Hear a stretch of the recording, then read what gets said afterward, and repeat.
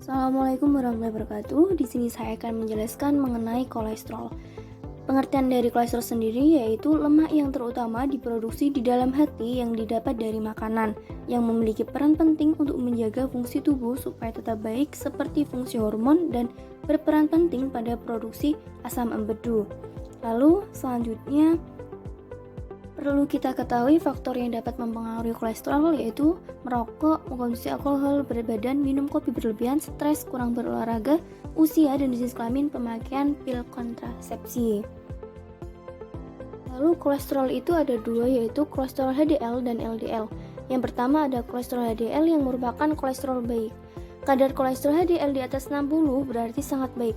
Jika makin tinggi kolesterol HDL, maka makin rendah pula resiko untuk mendapatkan serangan jantung ataupun stroke.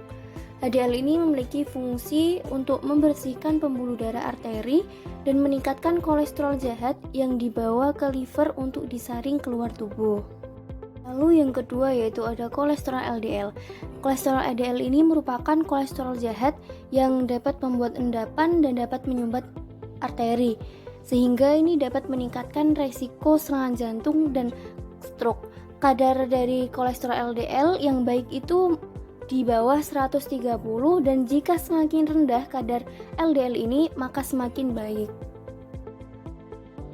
Lalu perlu kita ketahui juga hubungan kolesterol dengan penyakit jantung dan stroke. Gejala penyakit jantung itu biasanya bisa seperti dada tertekan, beban berat, terjepit, dan terbakar. Dan gejala ini biasanya menjalar di bagian lengan bagian kiri, leher, dan punggung. Serangan ini juga biasanya berlangsung selama 20 menit. Lalu jika sumbatan ini menyerang pembuluh darah otak, maka akan menyebabkan stroke. Jadi gejala dari serangan stroke ini tergantung dari derajat. Yang pertama yaitu ada gejala stroke ringan. Biasanya terjadi bicara secara tiba-tiba. Lalu selanjutnya gejala yang sifatnya berat itu biasanya terjadi kelumpuhan gerak tubuh di bagian wajah sehingga menjadi wajah itu tidak simetris.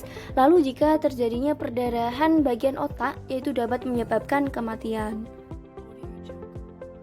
Lalu yang terpenting perlu kita ketahui cara mengendalikan kolesterol yaitu dengan mengkonsumsi makanan yang rendah lemak dan kolesterol, misalnya dengan mengkonsumsi susu tanpa lemak dan mengurangi konsumsi daging. Lalu pilih makanan yang kandungannya lemak tak jenuh.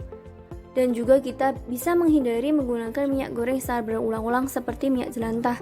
Lalu lebih baik pula jika kita mengurangi konsumsi makanan yang digoreng.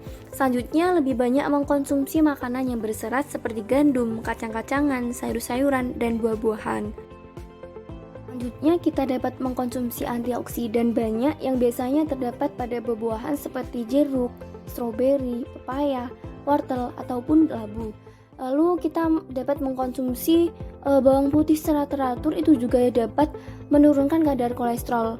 Yang terpenting kita hindari alkohol dan merokok dan berolahraga secara teratur. Sekian dari saya. Wassalamualaikum warahmatullahi wabarakatuh.